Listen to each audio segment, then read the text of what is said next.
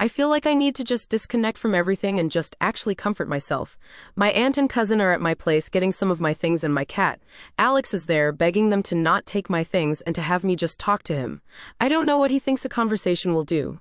The emotional and mental scar I have is not going to go away for a while. I also know I have a long journey waiting for me in therapy. A lot of people have been pointing out that I was severely abused by my mother. Now that I know how much she hates me, it will be easier to go no contact now. However, things have escalated heavily. Once I woke up and took a long hot shower, I turned my phone back on. I couldn't even unlock it or clear a notification before I got a call from one of my bridesmaids. I answered and she immediately started screaming at me about how could I ignore Peach and Alex in their time of need. At first I was confused, seeing as I don't give a damn about them anymore. I asked her to not yell at me, but she continued anyway. She screamed that Peach self-harmed. When she sent me the images, they were very top surface level. Enough for the scar to appear and a little BL*OD. Regardless of whether or not it was deep enough, it still shook me. I wanted to scoff on the phone because at this point I know she was doing it to rally people on her side, since I won't respond to her text. Yet she also told me Alex tried to OD. His friends found him at my apartment all groggy. They took him to the hospital where he was cleared since they didn't have to pump.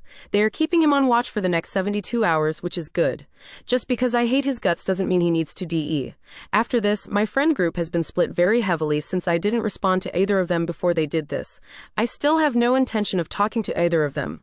I don't really care what they do for attention, just as long as they leave me the hell alone. During the initial confrontation with my egg donor, Tony found out my egg donor lied to him and said Peach could take my ticket to go with them for the trip.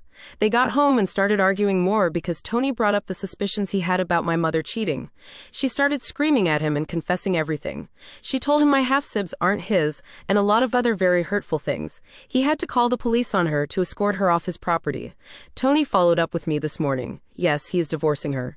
His lawyers are drafting up his papers within the next week or so, and told me that my mother confessed that I was the product of a long-term affair she had with his best friend. My egg donor is a very vile woman, I am coming to learn. Yet after finding out Tony is getting papers, she has tried to backpedal. She has been calling my aunt begging for her to convince Tony not to do this or else she will be homeless. She has been trying to call Tony and his family, but they all have been ignoring her. Smiley face, yet this wasn't enough for my egg donor. She knows my aunt's schedule and tried to come over to assault me. My cousin was with me still, so she couldn't get in. But hearing her scream at me, some of my very low insecurities hurt, and I started to have a panic attack. My cousin took me upstairs when we heard a loud crash.